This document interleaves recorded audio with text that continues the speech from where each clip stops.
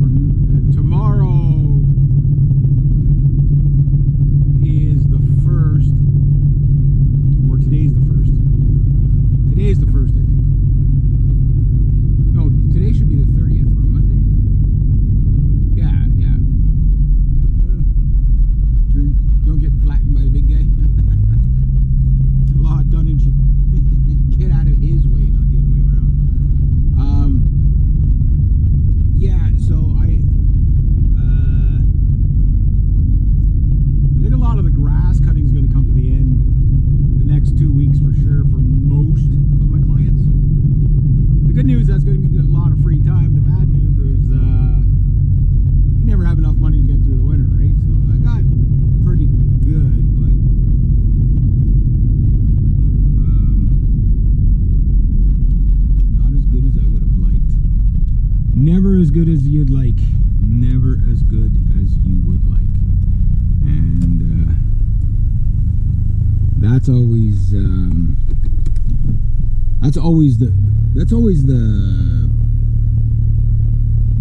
thing you're fighting up against, right? So, but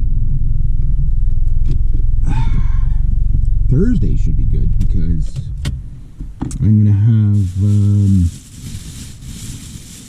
$500 for the season, and then Paul still owes me a bunch.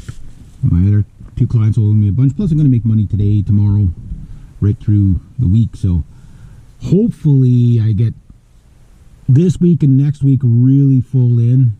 You know, like if I can get at least half of October, like full hours, and then part-time kind of hours, or you know, half the hours for the rest of October, I usually do okay. But if I can get like really crazy busy for the whole of October, that could work really, really snazzy for me.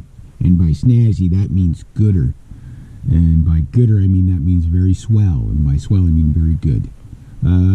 So yeah, But I'm also looking forward to like slowing down a bit for the season. It was hard work this season for sure. A lot of grinding, but I accomplished a lot.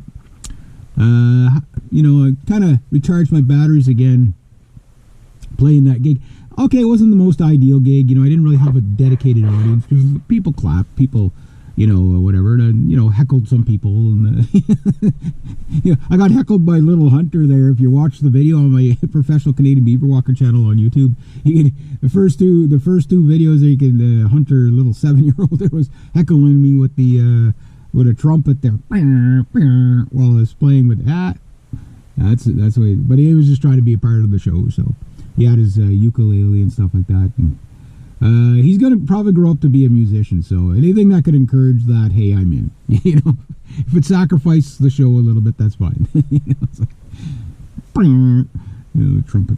But anyway, so it's like as soon as things slow down, I'm gonna see if I can work with Brian to get some. I told him start working on your song. He goes, oh yeah. He goes, I'm working on it right now. Like the songs he'd like to do, because he knows I can play, right? So. But I want to do more acoustic. I got to fix my acoustic. I can't believe all the gremlins I went through on this gig. It's funny. Like, okay, my electrics worked good. My 61 reissue worked fine. That Mark Holcomb 7-string. These are my two favorite guitars. Worked fine. I play that 7-string probably more than anything right now, just because, being a metal guy, or whatever. But it also could work for country if you're thinking of playing a 7-string for country. I'm thinking if you wanted the super uber twang to out twang a Telecaster, put the light gauge strings on it there. You get like maybe, I'm going to be trying 10 to 59s. I have 10 to 62s, which are great for metal and drop tunings. But maybe try 10 to 54s or something like that, and you'd get a really, really twangy sound. That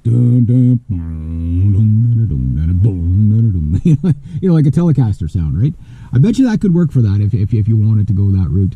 I wouldn't get a Mark Holcomb 7-string to do it because those pickups are too hot. Well, the new one might be okay because the pickups aren't as hot. But that said, mine there in the single coils, it's still like it's still as hot as my SG with full humbuckers, like you know what I mean, like the full humbucker. Like I didn't use the full humbuckers on the. I did like the in between position with the 2 humbuckers on, but in coil split, so it's like having 2 single coils. And it actually sounded really good. Like my GoPro 7 sounds better than my GoPro. I got the GoPro 5. This is the one that has the really muffly sound to it. Just is what it is. If you take the wind reduction off of it, it's just like all you hear is like. You know what I mean? Like you just hear every little thing. So it's a GoPro mic, and it's a GoPro Hero 5, so you get what you get. You know what I mean? But no, the whole GoPro 7, like you could sort of get the idea of what the 7-string sounds like in single coils. And again, I wasn't playing it through my really good amp. I was playing it through that little 15-watt little practice amp, that little Fender practice amp. And that's the sound I got. I'm like, that's pretty darn good. It's just. It would peak the signal because of how hot the pickups were, right? Like you couldn't, those little amps, like those little speakers can't take much. You overdrive them, on the clean channel. But all in all, it was a fun day.